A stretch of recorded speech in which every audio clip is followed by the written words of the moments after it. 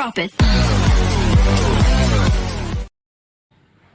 Assalamualaikum warahmatullahi wabarakatuh. Saya Siti Aprilia dengan NPM 1915310088, Prodi Manajemen, kelas 3, Klaster 2E.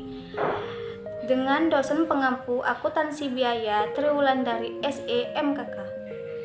Di sini saya akan menjelaskan tentang activity based costing beserta contoh soalnya.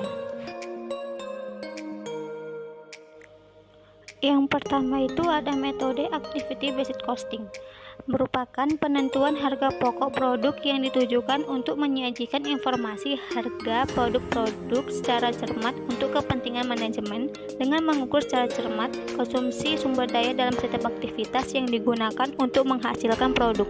Kemudian, berdasarkan hubungan tersebut, sistem activity based costing ini dapat menetapkan biaya tidak langsung suatu pabrik untuk memproduksi produk dengan cara yang lebih logis daripada pendekatan tradisional. Hal tersebut dapat dilakukan dengan hanya mengalokasikan biaya berdasarkan jam kerja mesin. Metode aktivitas basic costing ini pertama-tama menetapkan biaya untuk kegiatan yang merupakan penyebab sebenarnya dari overhead. Kemudian menetapkan biaya kegiatan-kegiatan itu hanya untuk produk-produk yang sebenarnya menuntut untuk melakukan kegiatan. Activity based costing ini mengklaim bahwa rekayasa khusus, pengujian khusus, pemasangan mesin, dan lainnya adalah kegiatan yang menggunakan biaya, sehingga menyebabkan perusahaan mengkonsumsi sumber daya. Dengan activity based costing ini, perusahaan akan menghitung biaya sumber daya yang digunakan dalam setiap kegiatan ini. Selanjutnya, biaya masing-masing kegiatan akan diberikan hanya untuk produk yang menuntut kegiatan. Tujuan activity based costing adalah untuk mengalokasikan biaya ke transaksi dari aktivitas yang dilaksanakan dalam suatu organisasi dan kemudian mengalokasikan biaya tersebut secara tepat ke produk sesuai dengan pemakaian aktivitas setiap produk. Kelebihan aktivitas basic costing ini yang pertama dapat mengatasi diversitas volume dan produk sehingga laporan biaya produknya lebih akurat. Yang kedua, mengidentifikasi biaya overhead dengan kegiatan yang menimbulkan biaya tersebut. Yang ketiga, mendapat mengurangi biaya perusahaan dengan mengidentifikasi aktivitas yang tidak ternilai tambah. Yang keempat, memberikan kemudahan kepada manajemen dalam melakukan pengambilan keputusan. Kelemahan activity based costing ini yang pertama mengharuskan manajer membuat perubahan radikal dalam cara berpikir mereka mengenai biaya. Cara yang paling berguna untuk memahami logika activity based costing ini ialah dengan mengakui bahwa activity based costing memperlakukan semua biaya sebagai biaya variabel karena didesain sebagai alat pembuat keputusan strategis dalam jangka panjang. Yang kedua, tidak menunjukkan biaya yang akan dapat dihindari dengan menghentikan suatu produk.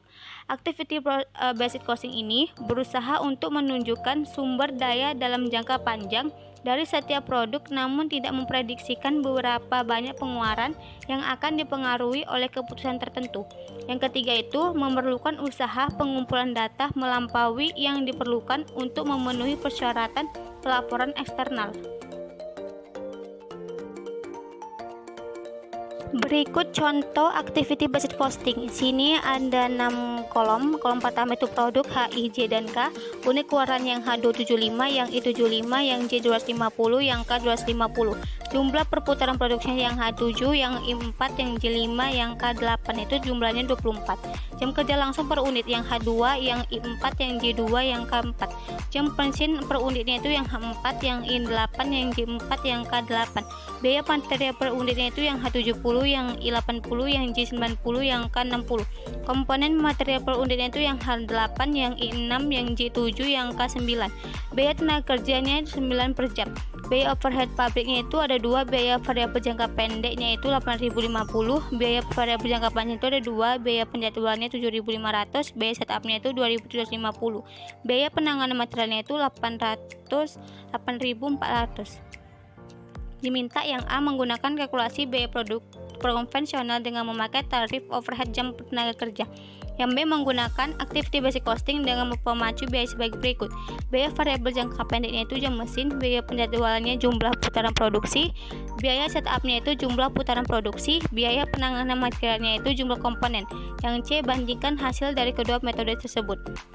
Penyelesaiannya, biaya tenaga kerja 9 per jam, biaya overhead pabriknya itu ada 2, biaya variabel jangka pendeknya itu 8.050, biaya variabel jangka panjangnya itu ada 2, biaya penjadwalannya 7.500, biaya setupnya itu 2.250. Itu dijumlahkan hasilnya 10.250. Biaya penanganan materialnya itu 8.400, itu dijumlahkan hasilnya 26.700. Yang A kalkulasi biaya konvensional jam tenaga kerja.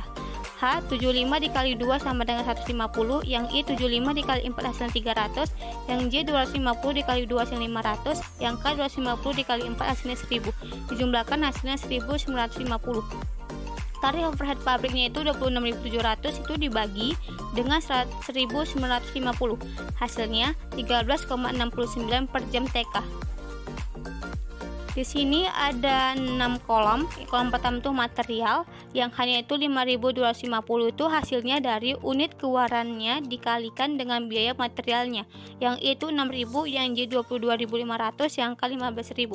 Totalnya itu 48.750. Upahnya itu 1.350. Itu hasilnya dari biaya tenaga kerja dikalikan jumlah jam tenaga kerja. Yang ini itu 2.700, yang J-nya itu 4.500, yang K-nya 9.000.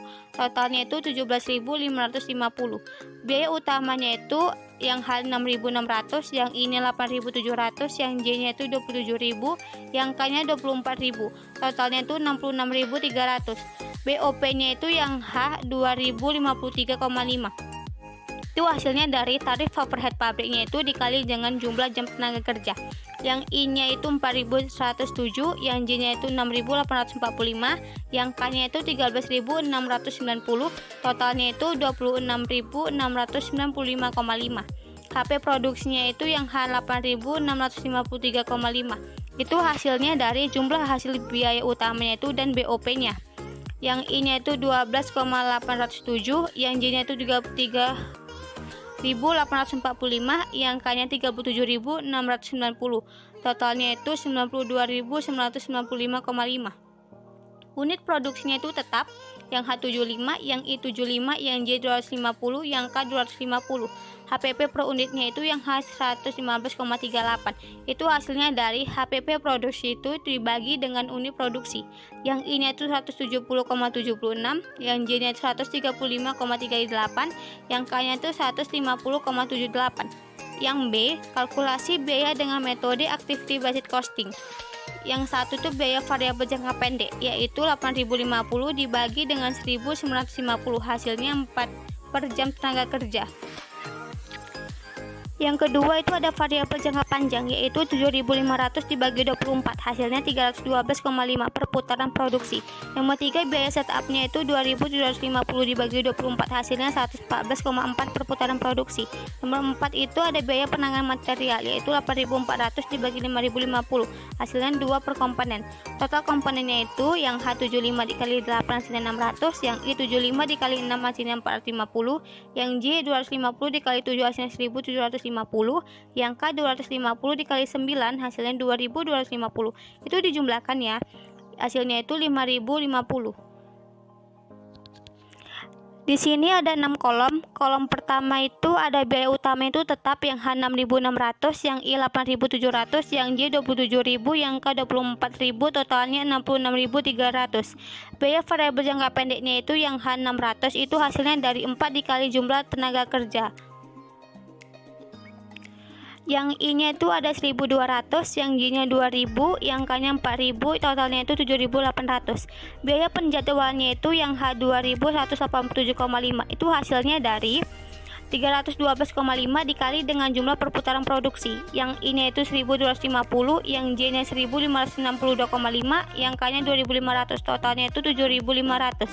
Biaya setupnya itu yang H itu 8.008. Itu hasilnya dari 114,4 dikalikan dengan jumlah perputaran produksi. I-nya itu 4.576, J-nya 5.720, yang K-nya itu 9.152, totalnya itu 27.456. Biaya penanganannya itu yang H 1.200, yang I 900, yang J 3.500, yang K 4.500. Hasilnya itu 10.100. HPP produksinya itu 18.595,5. Itu hasilnya dari dijumlahkan yang di atas seluruhnya. Yang I-nya itu 16.625, yang J-nya 39.782,5, yang K-nya itu 44.152. Totalnya itu 119.156. Unit produksinya itu tetap yang H75, yang I75, yang J250, yang K250. HPP per unitnya itu yang H 247,94. Itu hasilnya dari HPP produksi dibagi dengan unit produksi. Yang I 221,6, yang J 259,13, yang K 176.608. Yang C membandingkan hasil yang diperoleh. Sini ada 5 kolom. Kolom pertama itu ada HPP per unit metode konvensional. Ini tinggal ditaruhkan aja nilainya. Yang H 115,38, yang I 170,76, yang J 135,38, yang K 150,76. HPP per unit metode A, B, C-nya ini yang H itu 247,94, yang I 221,6, yang J 156,13, yang K 176.608.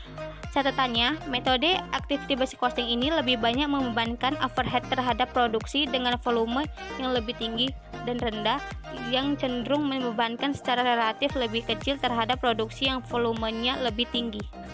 Demikian penjelasan tersebut di atas, kurang lebihnya saya mohon maaf. Assalamualaikum warahmatullahi wabarakatuh.